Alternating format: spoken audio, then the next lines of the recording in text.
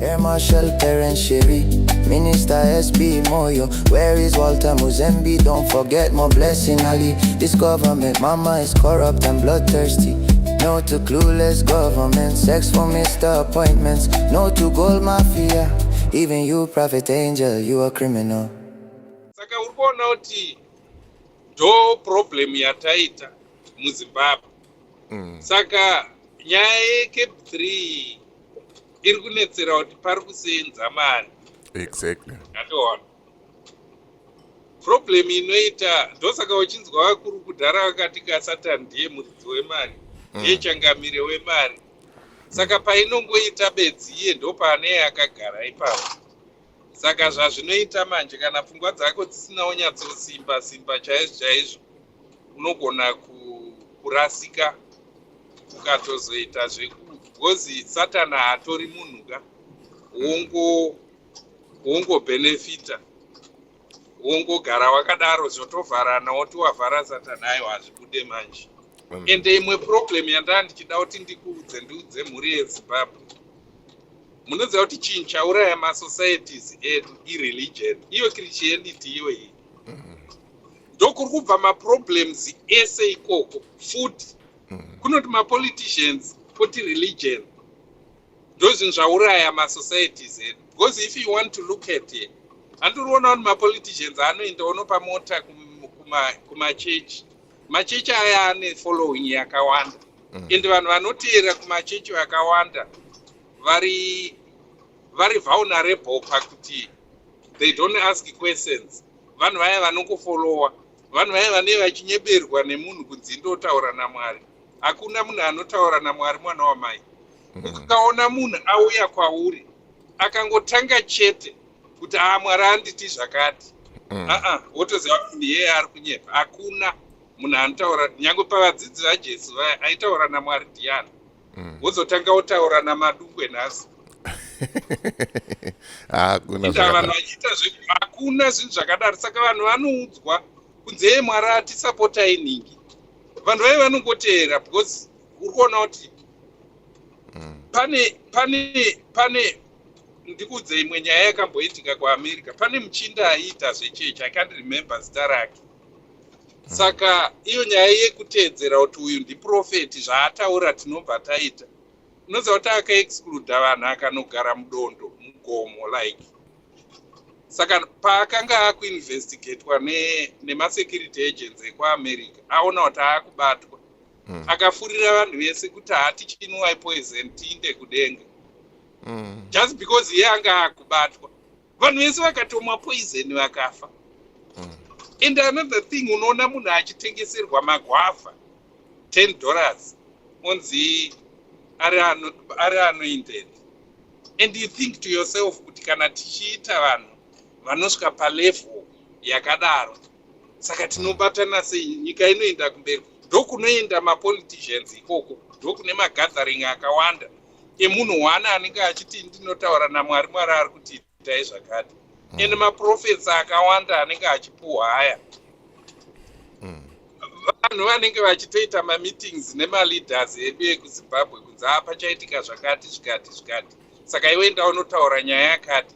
Because iye akanotaura nyaya iyoyo ikabuda sezvairi, vanhu vanoti munhu anotaura chokwadi. Saka taakumuteerera. By so doing manje anokutwistai. Saka anobva akudivhetei kuti Mwari anditi munofanira kusapota ningi. Kana kuti musaite so, musademonstrate panourayiwa vanhu vakati. But munhu iyeye iagent yegovernment anorwona. Saka anenge ari kuchechi achiparidzira vanhu.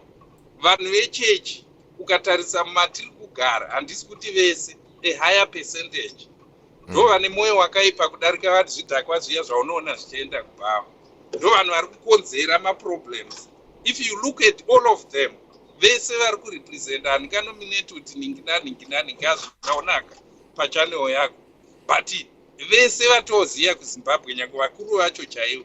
Tarisai maitiro avari kuita, tarisirai kuti vari associated nani, tarisai kunzvenga kwavanoita kana vanhu vapa trouble. And then you think, wogather information, woona kuti is it worth kuti ndisapotane nevanhu vakadaro. Saka inyaya imwe yandapinza ndiyo kumwe kuri kubva problem yedu. handiti muri kuona and kozouya nyaya yesu ndachida kungoconfirma pamataura nyaya yapasta akaconvinsa vanhu kunwa poison anonzi Jimmy Jones. Anonzi Jimmy Jones handiti vanhu vakafa 918 including 300 children. Can you imagine? Because munhu anenge achiudza vanhu kuti ndiri kutaura naMwari. Handiti munhu anoenda kunorara kumba kwake orota hope. Paanorota hope osvikokuudza kuti unoziva kuti munhu anoona mavisions kupsychologist a sign of mental illness. Munhu anouya iye zvino ukaenda kuhospital nyangwe kuZimbabwe woenda kuhospital pane zvinhu zvandiri kuona vanokuudza kuti iwe unopenga iwe handiona unoona zvisiri kuonekwa nevamwe sei. Saka ndo zvinhu zvaunouya iwewo wosvikoudza vanhu kuti inini ndiri kuita sei, ndiri kutaura namwe. How do you know kuti ndiMwari wauri kutaura naye? Chinoita kuti iwe uzive kuti ndiMwari chii?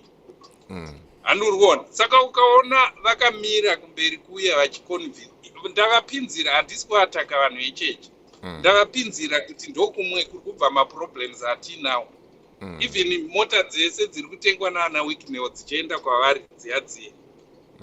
Vamwe vanhu vanogona kufunga kuti nyangwe iye Wicknell akanzwa ndichitaura nezvake anogona kufunga kuti ndiri kumuataka. Aiwa, ndiri kutaura zvinhu zviri kuitika. Kana ndikataura zita remunhu ndiri kutaura reality, ndiri kutaura zvinhu zvandogona kuzopfeka kuti aiwa kaiwo wakapaningi mota. Handisi kumutuka, handisi kuita sei, ndiri kutaura zvinhu zviripo. Vanopuhwa mota and then woenda kuvanhu magatherings. Havapuhirwi mota kuti vari kunamata ayo. Istrategy yekuvasenzesa because chakaita vanhu mapoliticians akaona kuti vakomana ava ndevefeki vese, ndevefeki. Saka zvavari vefeki tovasenzesa kuti tiite support, handiona. Saka ndo nyaya iri kuitika. Saka ndo maenemies edu ivo vanhu vanouya vachititi Mwari ivo vanhu. Saka ndo pamwe pane problem ipapo. Handisi kuti vanhu vasanamate kana kuti vasaite sei. Pandiri kuda kuti vanhu vaone, vavhurike, vanyatsoziya kuti maproblems edu ari kubva pai.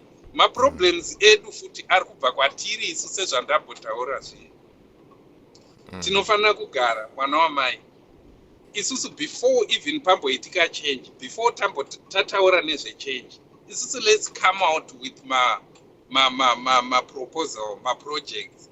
Ekuti, okay, let's say today, zvomba zvanzi poita simba raMwari, ponzi DJ Hall ndiye president. Are we ready kuti ti transform Zimbabwe?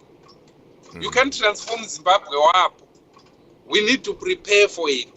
And kuti mvura tichaita sei. And then you to sort out my documents. Magetsi tichaita sei. Uranium. MaZimbabweans tine group rine ma-engineers munomu. Rekuti pane vanhu vari kusenza kuningirikini. Kunoitwa zvenuclear engineering and stuff like that. Pane vanhu vari kusenza kuningirikini. Kunonzi kuchi kunoitwa zve-engineering zveningirikini nema-electronic ningirikini companies. Handiti kunogadzirwa ma-semiconductor chips and stuff like that. Saka we got everyone, we got everything. Tine vanhu vari capable kuti even uranium iri kunzi Iran iri ku-upgrade to 90% and stuff like that.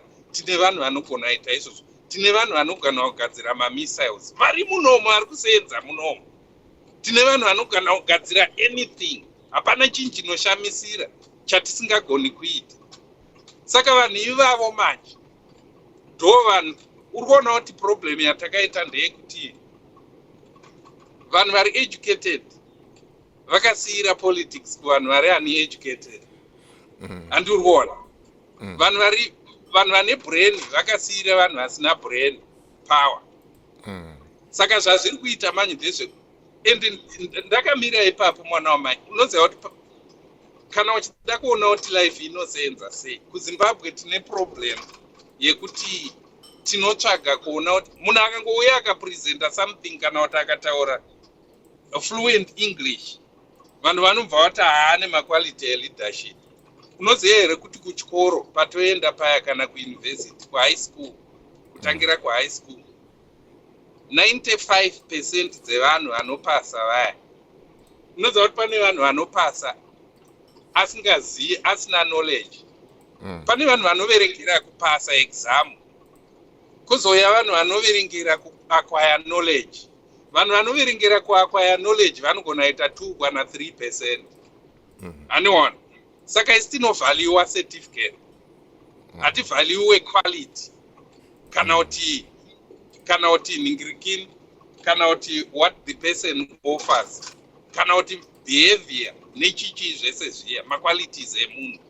Saka mukaira madaro manje ndopaunozoti munhu aitwa nesi kana doctor onzwa abayiwa jekiseni nemabhiza.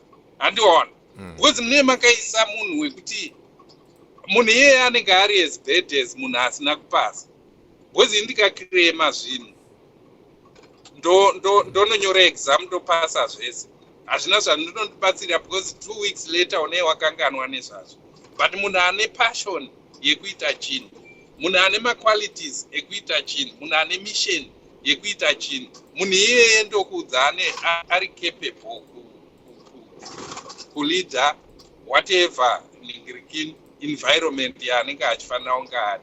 Saka ndo zvimwe zvinhu zvatirasisa izvozvo. Ende handisi kuti vanhu vakadzidza bedzi ndo vanofanira kunge vari maleaders. Pane vanhu vekuti unoziva zvaive zvakaita Chinotimba zviye. Chinotimba aive nemaprograms kubhoera aiva akatopenga wadarika ari kuitwa nevamwe vanhu vekuti totoverenga kuti maprofesa. Saka munhu akadaro anodiwa, munhu akadaro ane mastrategy akadaro. We need people like that. Handiona.